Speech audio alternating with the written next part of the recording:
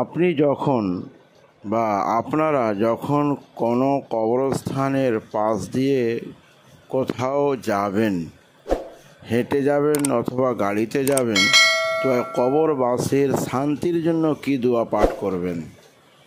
আসুন হুজুর আলাইহিস সালাতু ওয়াস সালামের পবিত্র মুখ দ্বারা শুনে নিই, আর সেটার প্রতি আমরা যেন আমল করতে পারি। আমরাও যেন কখনো কোনো কবরস্থানের পাশ দিয়ে গেলে এই দোয়াটি পড়ে কবরবাসীদেরকে শান্তি করতে পারি।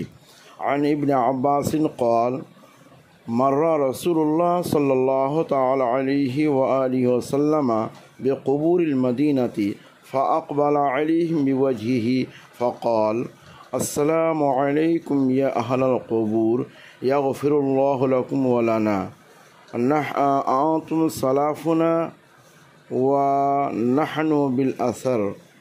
হযরতে ইবনে আব্বাস থেকে বর্ণিত আছে, তিনি বলেন, একবার রাসূল আকরাম আলাইহিস সালাতু ওয়াস সালাম পবিত্র মদিনা শরীফের কবর স্থানের পাশ দিয়ে গেলেন, নিজের চেহারাকে তাদের দিকে করলেন আর বললেন, আসসালামু আলাইকুম ইয়া আহলাল কবুর, তোমাদের প্রতি শান্তি বর্ষণ হোক এ কবরবাসী।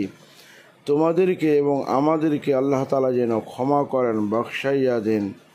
তোমরা আমাদের আগে এসছো, আমরা তোমাদের পরে আসব। তিরমিজি শরীফ বাবুল জানাইজ অর্থাৎ জানাজার বয়ান, হাদিস নম্বর 1050।